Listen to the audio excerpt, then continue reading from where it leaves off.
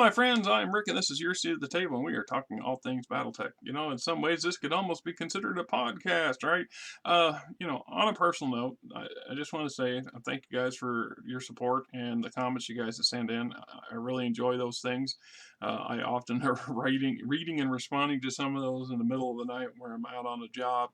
Uh, it's the same reason why some of these videos I do are so long, and I get it.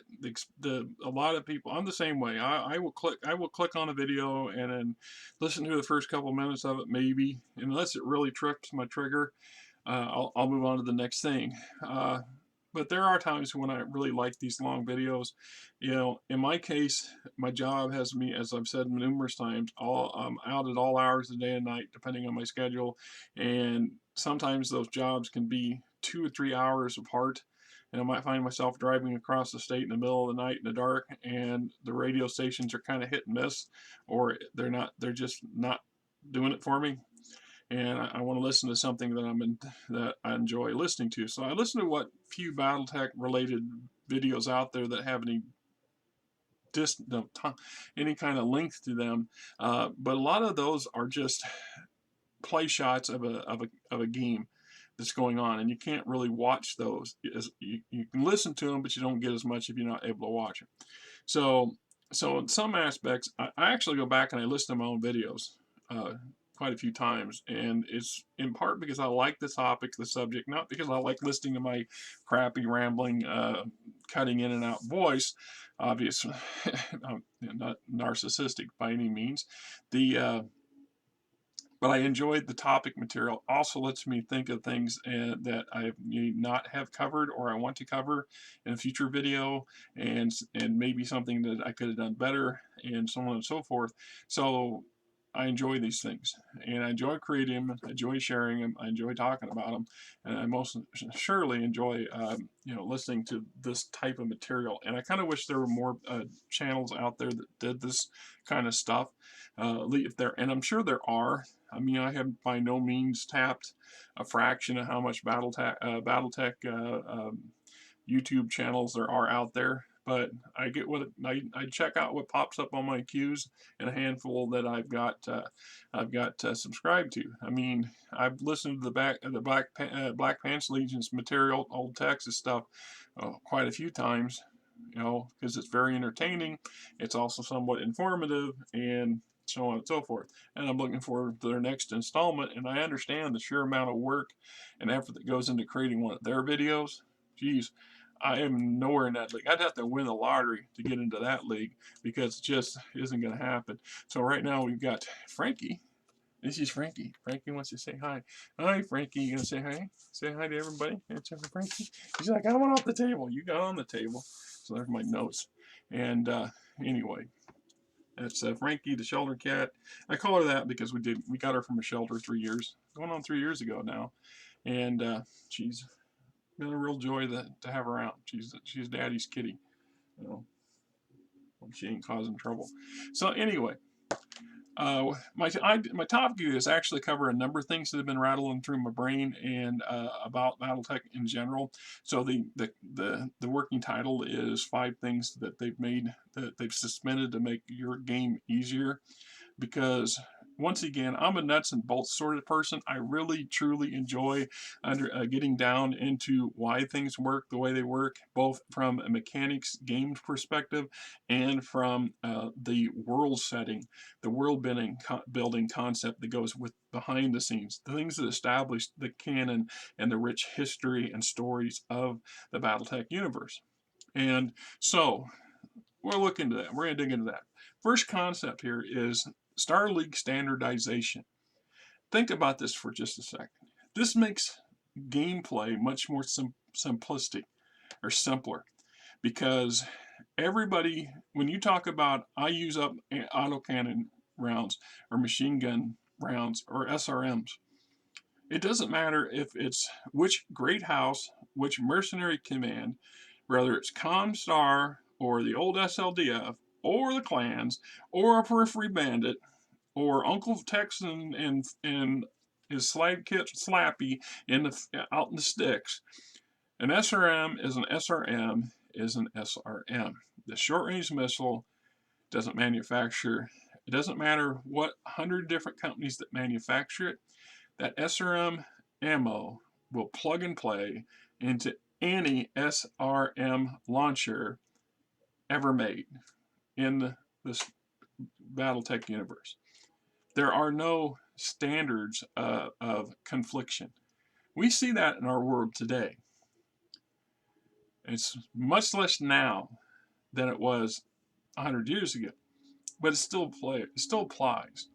We still have, you can't really, to my knowledge, you can't take armored shells from a 105 and find an equivalent 105 variant in Russia or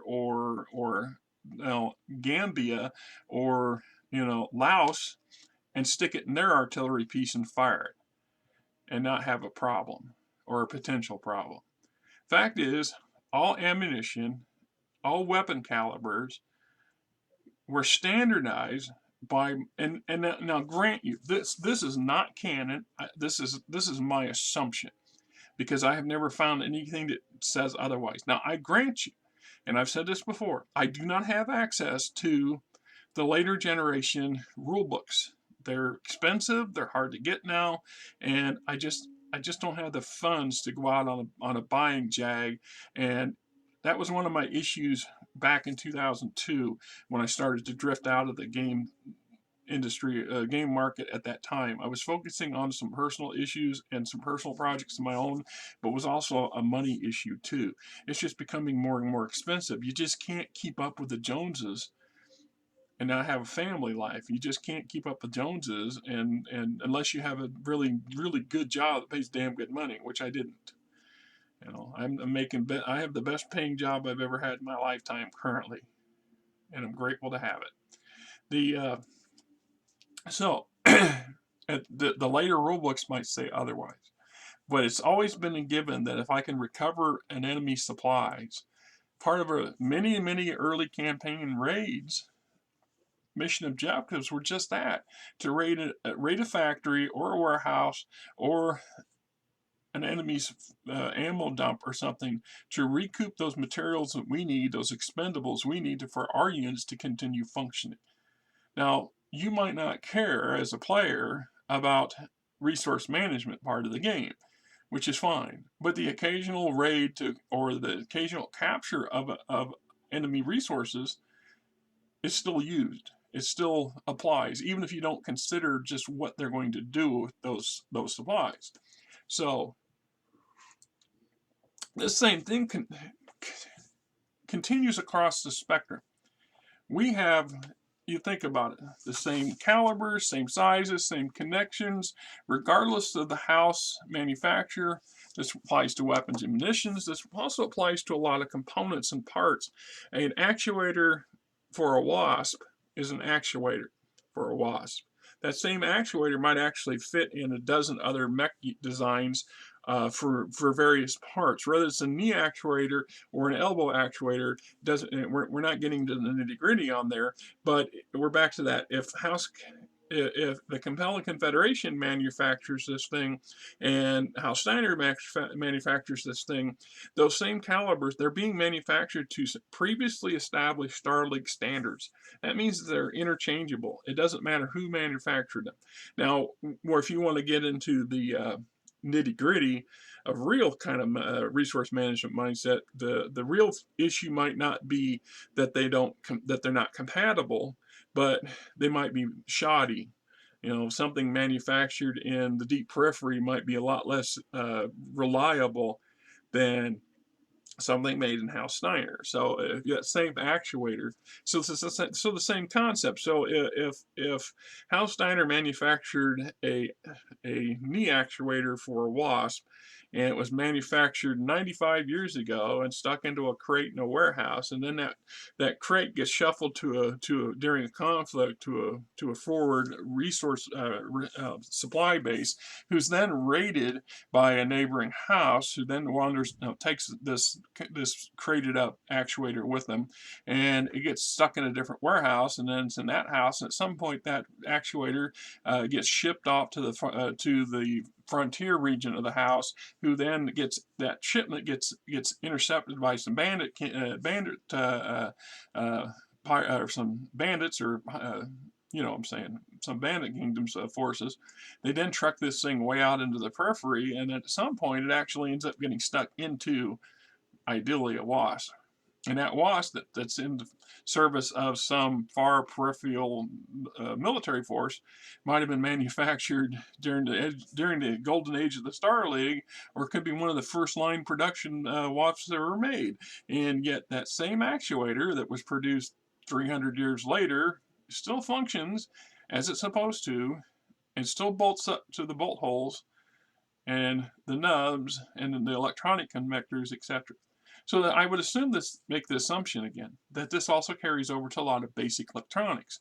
So a control module is a control module, a relay is a relay. You know, the Myanmar bundles are Myanmar bundles, and if those bundles are designed for a specific purpose, and that should be able to use that same bundle for a specific purpose in every mech ever manufactured, because it makes life simpler.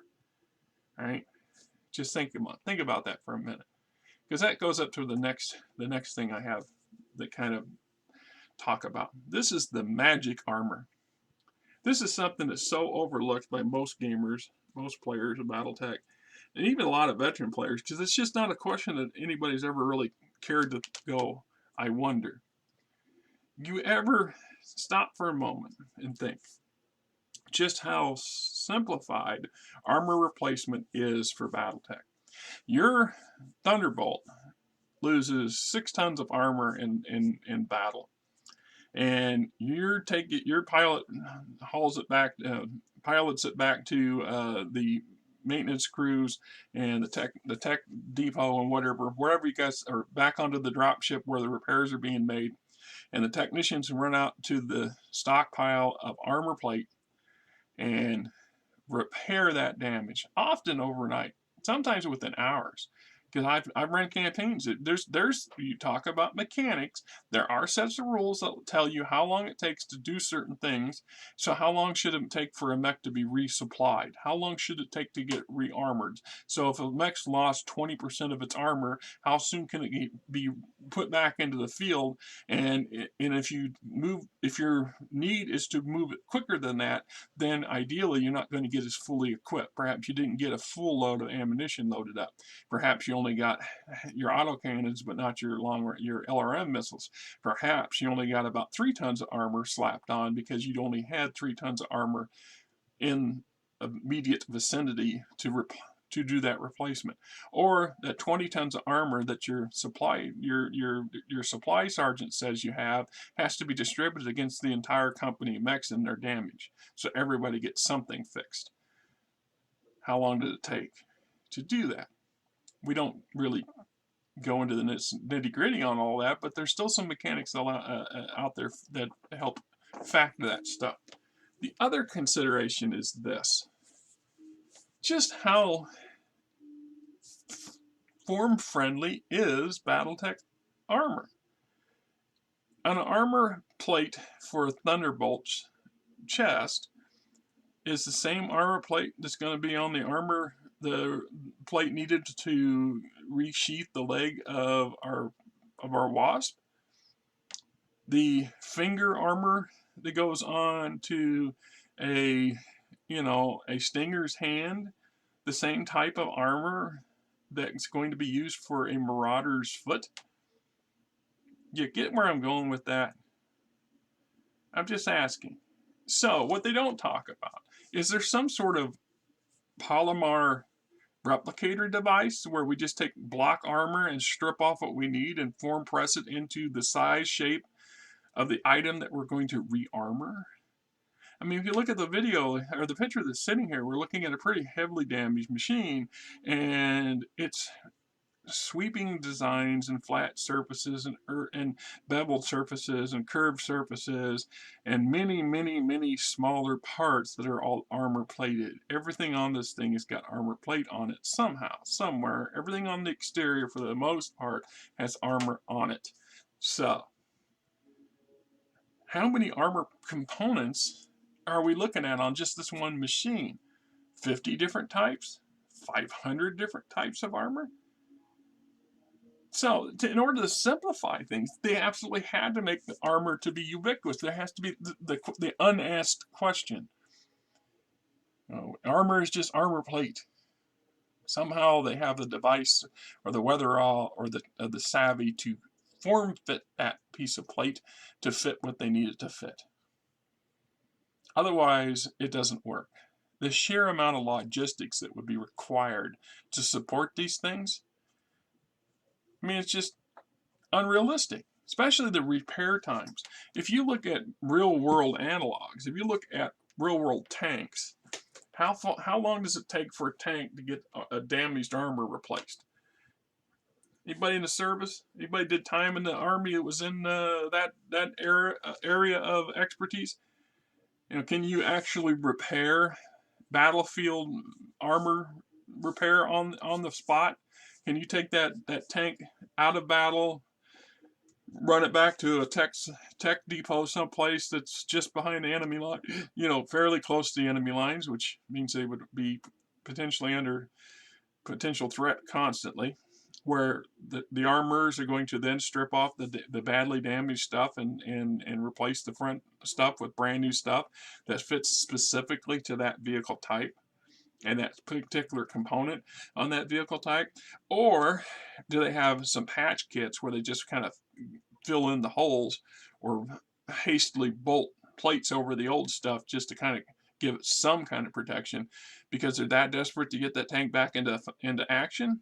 Or do they truck that damaged vehicle all the way back and it sits for 6 months in a depot somewhere while the maintenance guys get around to taking care of the problem? So that's not practical in Battletech. We can't afford, theoretically, if you go by the game flavor and the world building concept, the idea that quick turnaround repairs is common. It's just a given that you can have that same machine up and running and fully functional, ideally within the same day.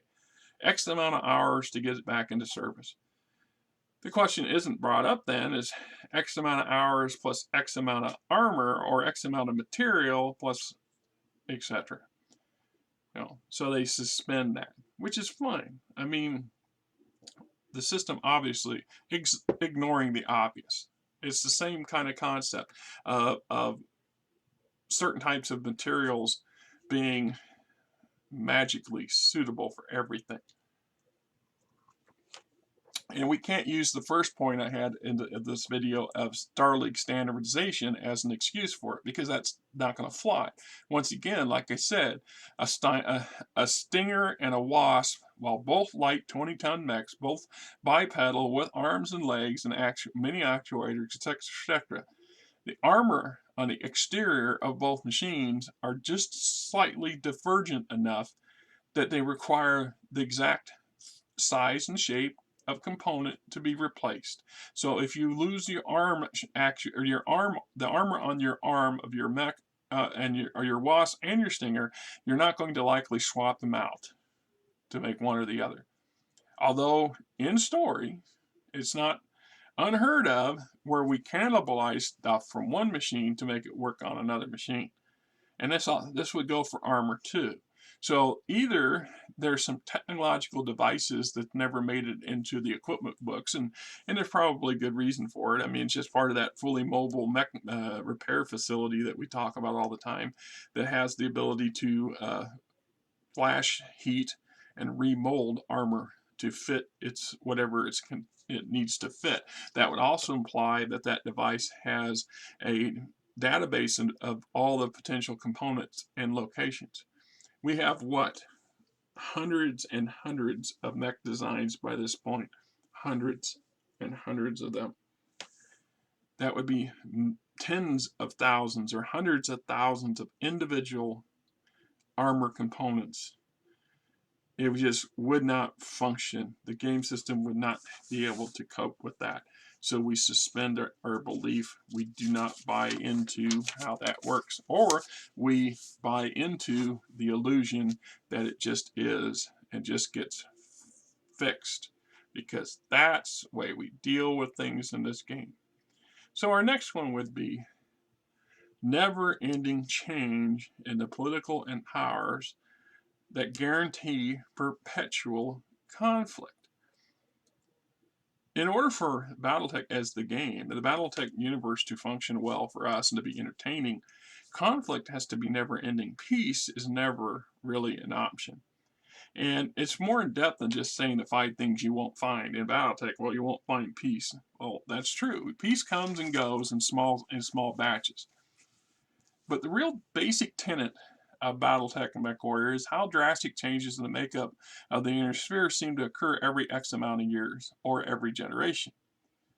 I mean, you just look at the game makeup and all the source books and all of those novels and stories.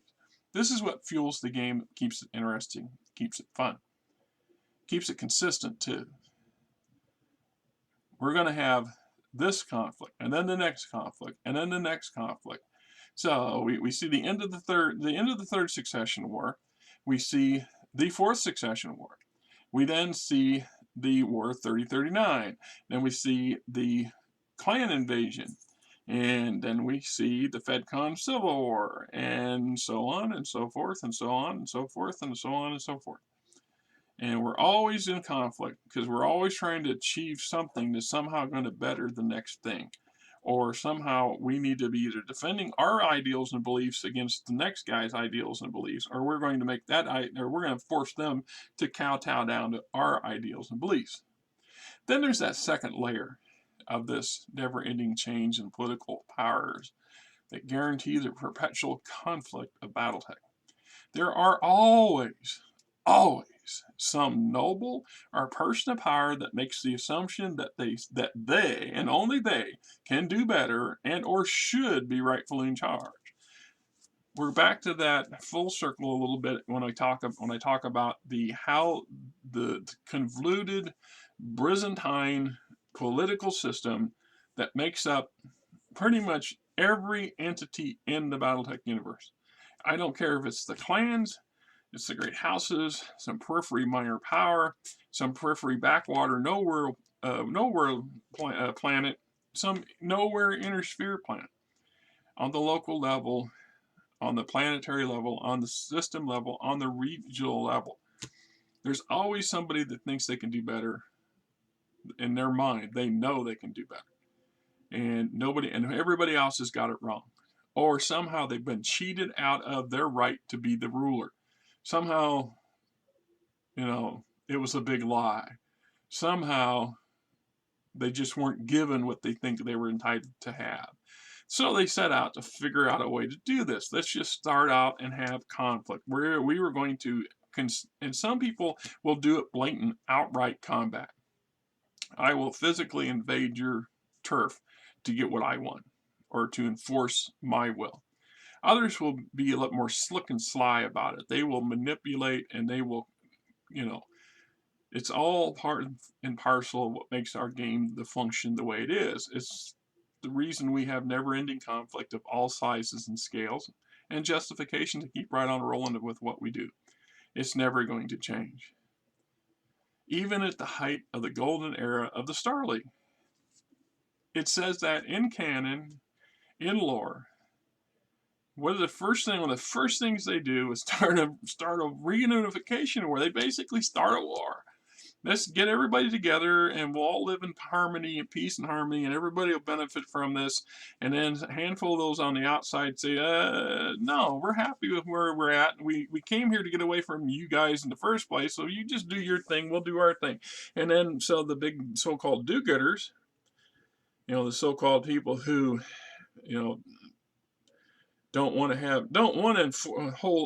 want less government and less oversight and less control, but they're going to make damn sure that it falls under their purview, and they're the ones going to keep passing law after law after law to do what? The hypocrites of the universe. And we all know and see them. And I don't care what your personal bias is. And I'm, and I know you're getting an idea of my personal bias when it comes to politics in general. I think they're all crooks, and I think they're all BS. And I think we all of us little people take it, and we shouldn't. And it shouldn't be the way it is. But I don't have an answer how to fix it either. And I don't think most people who claim they know how to fix it really do, truly do. Some actually do want to do that. Most of them, in you were to peel back the onions, see this as an opportunity for personal advancement and wealth, because that's the true motivators of human society, and has been for many, many, many, many generations. So some political person, some minor noble who decides their section of the great house should be an independent, strives to see this. If you go and look at Tamar Rising and the current state of things, we see that on a grand scale, where a lot of the big houses have disintegrated or self-destruct, are now trying to reconstitute themselves, and within them are many, many tiny powers. And that's something that I can't wonder that, if you're going to be, it's in through union and cooperation that you gain strength and stability. If you had if the United States of America were 50 independent little nations, we would all be a bunch of third world countries, because we just would be. We would never, majority of these states would not function well individually and independently. And most likely half of them wouldn't exist, because the other half would attempt to take them over, or would conquer them under some excuse or another they concoct, because that's how we do things all the time. All right? So, my next point: the unrealistic rate of military forces versus planetary populations. Over and over and over again, we hear constantly in Battletech this theme, over and over and over again through the generations. We have this idea that somehow a small group of military units are going to invade a planet and take it over and control it. We suspend the realities of how that really, really should work, because it's not practical. Just like there's a couple, in my opinion, we're back to this, of course, all being my opinion and my take on things. You're more than happy to have a debate with anybody who wants to discuss any topic of this material. And so, think about our real world today.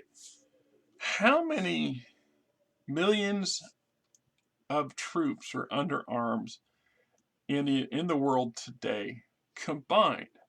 I mean, I didn't bother to Google this. I kind of probably should have, because I'm betting that there's somebody somewhere who's done the head count. Was it 20, 25 million troops? 150 million troops total support actual combat. Anybody that's wearing a uniform that's in some kind of nascent military force that's officially sanctioned by a government around the world, combined. If aliens invaded tomorrow using technology on par with what we have right now, how big of an alien force would they need to bring here to actually subjugate and control this planet, versus the sheer amount of people we have in uniform? Russia would have to have resorted to nuclear war if NATO had been if Ukraine had been part of NATO, because Russia is pretty potent and pretty big, but you put aside its nuclear capability, it is not going to take on the entire NATO allied organization and their entire military power and survive it, because they're just outnumbered, technologically and physically outnumbered. So the same principle: a regiment of battle mechs, and support units, maybe a couple thousand soldiers, maybe 70, 80 mechs and 60, 80 tanks and a couple hundred infantry vehicles and a dozen or so drop ships and I don't know 30 or 40 aerospace fighters descend on a world with a population of 12 billion people. Finding populations of planets in the inner sphere and beyond the inner sphere that actually number in the billions, and that's billion with a B, is quite common. The House of Rana, I made comments in that too. There's several planets in that supposedly backwater triangle no man's land of the periphery that have populations exceeding a billion, and more of them that exceed hundreds of millions of people. That's a pretty respectable amount of population for some nowhere backwater world that's supposedly struggling to survive. That makes me, I don't think so. How can you have a population of a billion people and you can't support them? You would not have a populated planet, or a planet that populated, period, if they weren't able to sustain themselves for the lion's share of their needs. And there's a reason why most periphery worlds, if you've got a few thousand or 40 or 50,000 is considered quite a bit. And then if you look at it from the land's perspective, that is a drop in a bucket. Some tiny, tiny, tiny percent, less than a percent of the planetary surface is actually colonized, settled, constructed, compared to the sheer size of the planet. So the idea that a military command invades. Let's look at the battle for Luthien when the clans invade Luthien. 2 clans invade the planet with the equivalent of what? It's either 5 or 8 galaxies of crack, highly equipped, highly advanced equipment, more or less all Omni-Mech, highly motivated, well-trained mech warriors and supporting elements. And it's defended by what? It's defended by about twice that number of House Krita mech regiments. Some are their elite. Most of them are just mainline regular and green troops. It's also the Krita Takashi's put together another unit of retirees and subordinates, cronies, called the Inslang Warriors or whatever, however it's pronounced. When it's clear that the clans are really in a position to take over this planet, Hans Davion sends in the Kellhounds and Wolf's Dragoons, another 7+ mech regiments. So now we've got between 7 and 10 clan galaxies and 20 or so inner sphere regiments and support elements to fight each other over a world of billions. That's with a B, population of billions of people. Where the hell's the so-called militia? The planetary militia didn't have time to muster. The National Guard, their equivalent of National Guard, doesn't have the ability to do what? It's not, how unrealistic is that? I mean, it just, you have to suspend certain dogmas and certain beliefs. Now, I send a mercenary battalion of mixed arms to go take over a planet that's got 200 million people on it. And the defending forces there are about the equivalent, but they're less equipped, less trained, less motivated militia. And my Merc unit is able to basically corner the militia and defeat them in detail or get them to surrender. So the way I have to look at this, right? First off, the defending forces of a given planet are grossly underrepresented in Battletech. If this was, Luthien is your capital world. It's Black Luthien, for God's sake. It's one of the industrial powerhouses of the Draconis Combine. It is the seat of House Krita, for God's sake. There literally should be thousands of units available. And the Cretans would have absolutely no qualms throwing thousands of troops with small arms up against your mechs. I would be driving, if this was compelling Confederation, they'd be driving truckloads of TNT out of the alleyways and right into your damn mechs. I don't give a shit if you're clanned or not. Excuse my French. They just wouldn't. You would be in for a much harsher fight than what. Now, granted, the clans were defeated. The conflict took place mostly in the fields beyond the city itself and the outer suburbs, and didn't get into the heart of the city. And that was in part because of clan doctrine, and in part because of how the defenders arrayed themselves. But to believe that the clans would somehow just take over Luthian and the population and its leadership would just roll over and surrender, I find that hard to buy, even under Battletech, precepts. What we ever have to, I have to look at this from this perspective of how this probably would function. In the Battletech universe, our conception of conflict is never ending and this ebb and flow. So the lion's share of the populations and the local governments are going to capitulate. They're going to give up much easier than what a modern today standard people. Look at the Ukraine. The Ukraine's by no means rolled over for the Russians. The Russians are still shocked and reeling from the fact that they took an ass whipping. They really did. For such a large military, well equipped, supposedly highly motivated and trained, they've got their butts handed to them, and mostly by a bunch of militia and freedom fighters. Yes, the Ukraine military is still in the swing of things. The kudos to the Ukraine's military command, because these people looked up the road at what was going on and thought, it's not if, it's when. When will this Putin clown pull this stunt? Because you can see it on the horizon. So they went and planned for this. They distributed their resources and their supplies, and they made efforts to figure out ways. They're still fielding jet fighters. They're still fielding artillery units. They're still fielding their own armor, stuff that the Russians should have taken out in the first week. All you have to do is look at some of Desert Storm, Desert Shield. A couple months of severe aerial combat would have reduced the Ukrainians' defense abilities to do something. Instead, the Russians didn't take that tactic, did they? And they're paying for it. Perhaps they couldn't take that tactic.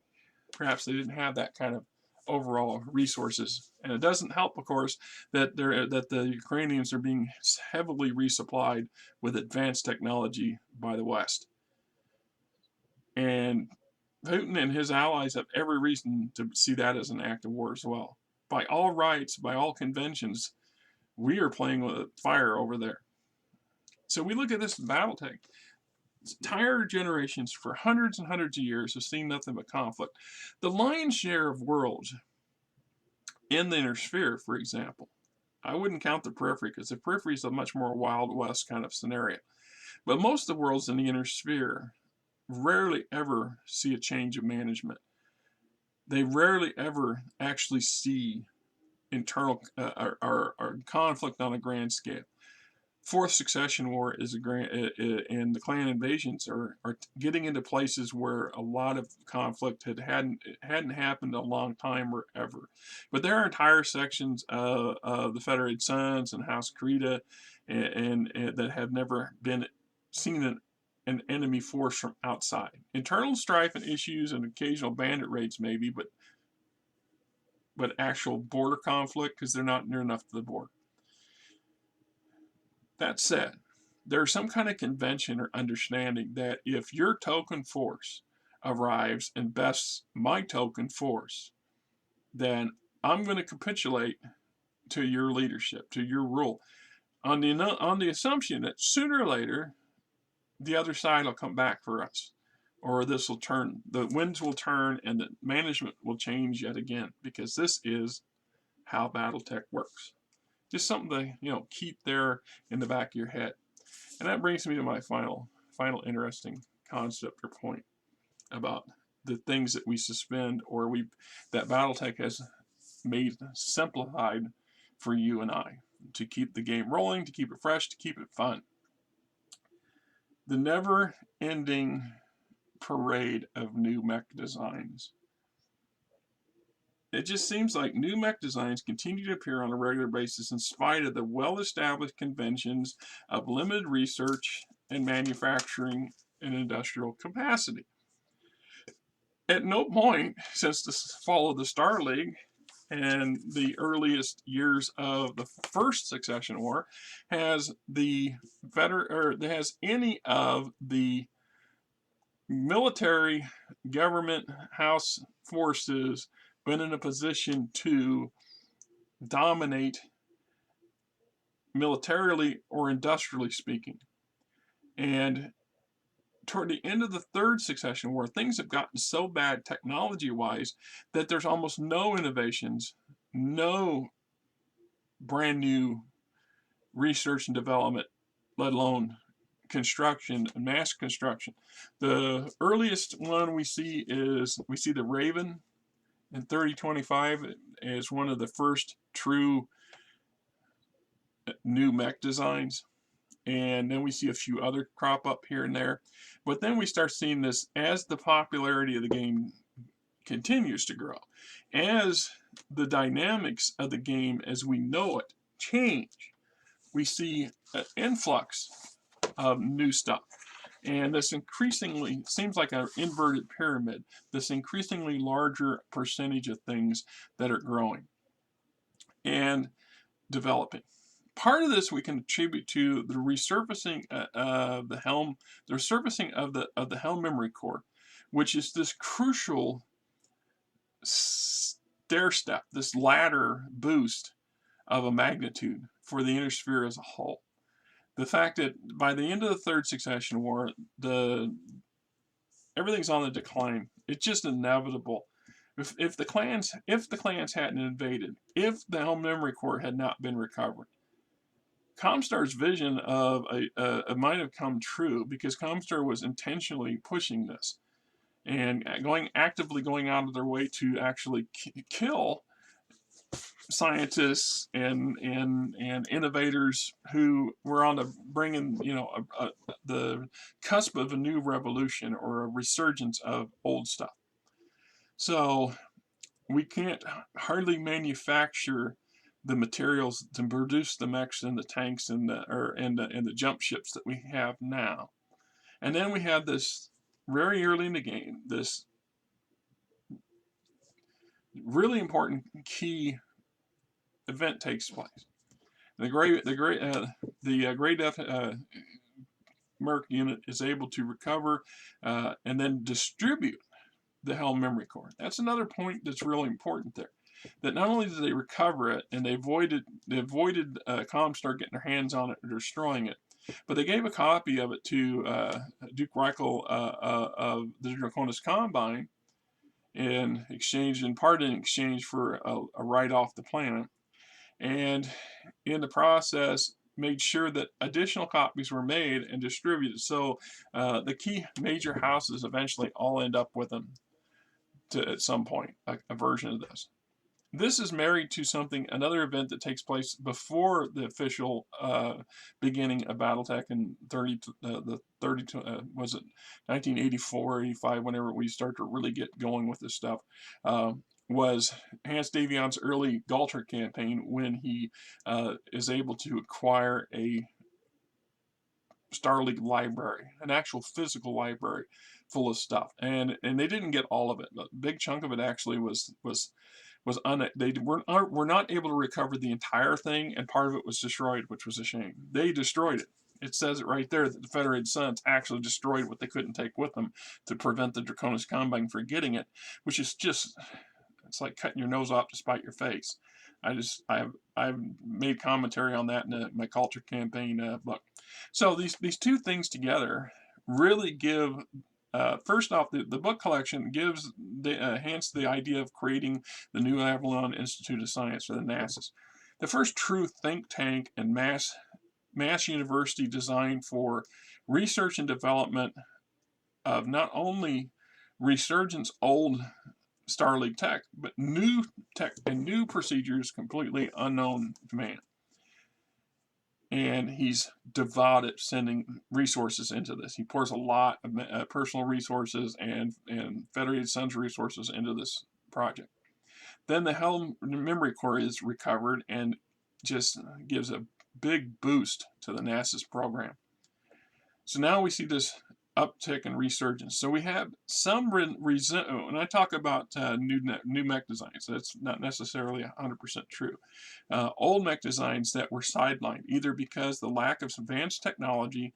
Indo-Steel, for example, a lot of the stuff we saw in the Star League technical manual involved certain types of components that were manufactured using very high technology, and the Inner Sphere had lacked the ability to continue manufacturing it, so they could no longer produce Indo-Steel, for example. So certain mech designs just ceased producing them because they couldn't get those key components, or standard the older version of the not the Indo-Steel, but the normal mech skeleton structure and stuff just wasn't sufficient, or it didn't make any point. There wasn't any point to creating it because we've already got all these other designs that we already manufacture in pretty decent numbers as numbers go.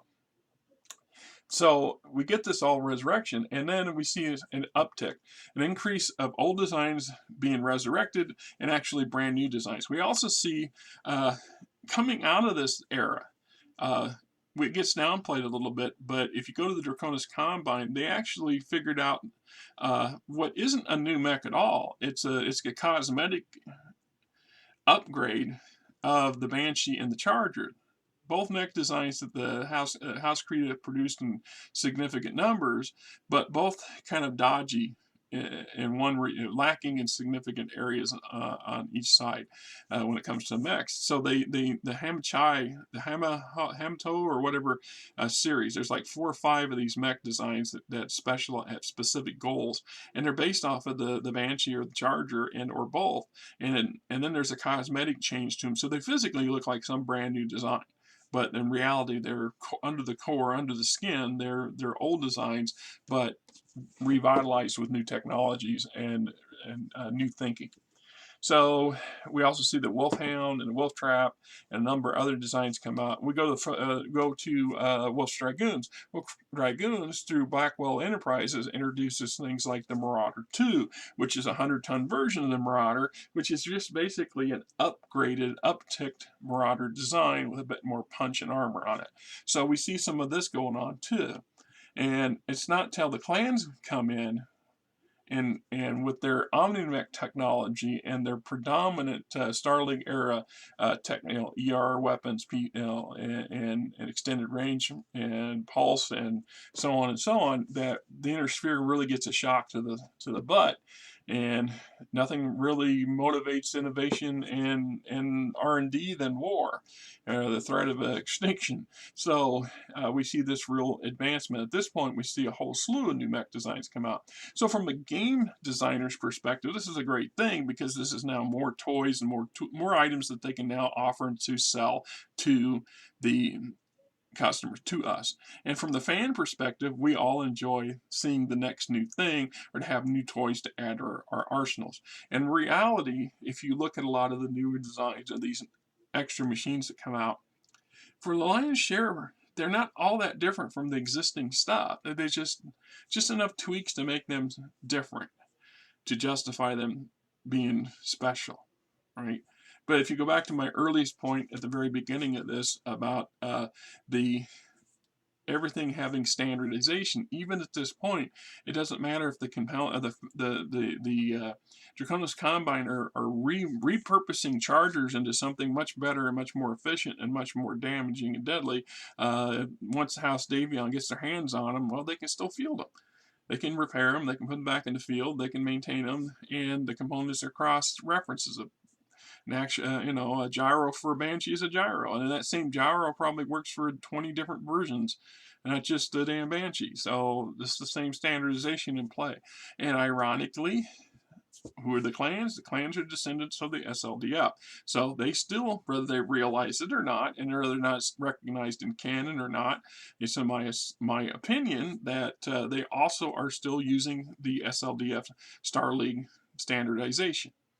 You know, today in the majority of the world today uses millimeter or metrics as our standard for measurement, and we're all on the same page. But you go back, you don't have to go anywhere, because in America we still use the standard scale, and we still struggle with this idea of giving up the standard because it's, I don't know, it's just un-American to do it. That's retarded. The metric system is a much more efficient, much easier system to use.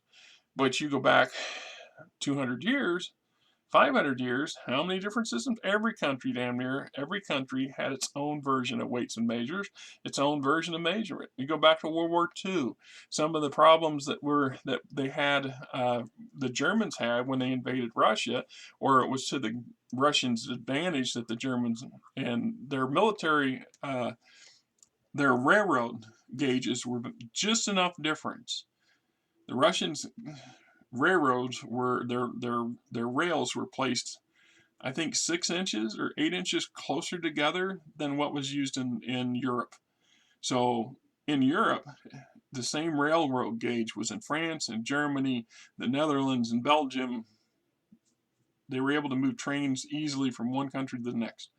When they went to when the Germans started pushing into Russia, they run into a critical problem getting supplies to the front, and the most effective at that era for moving supplies was rail. So they literally had to rip up the entire rail system and repurpose it. They had to adjust it so their own trains could run on it. It's just what they just had to do it, and I know this because I wrote a report on this particular subject, and I had a semester in high school called American Wars, and I did a report on that and got a B or a B minus, I think. Anyway, this is Rick, and this has been a great ramble. If there's anything in here you think I missed, hey, put it down in the comments. You think I'm off par and I don't know what I'm talking about? By all means, please put a comment down. I'm more than happy to enjoy having a conversation on it. Just know that the more we talk, the more we share, the more passion we show for this franchise that we love so much, the more we get out of it, and the more we understand. I get that on a number of comments that, you know, the players who came, they either weren't aware of just how much lore there is or how much things are interacted or put together until it gets brought up, or that's just something that they didn't consider. Well, does it affect your way your tabletop war game is going to be played? Probably not. It's going to affect your Mech Warrior campaign? Could be. Could be that you now have a little bit more information, or just a couple ideas and things in the head and stuff that doesn't matter. Do we care how the armor gets on the mech? No, not really. But it sure is interesting to consider just how that's supposed to work. Anyway, till next time, this is Rick, and you guys have yourself a great weekend.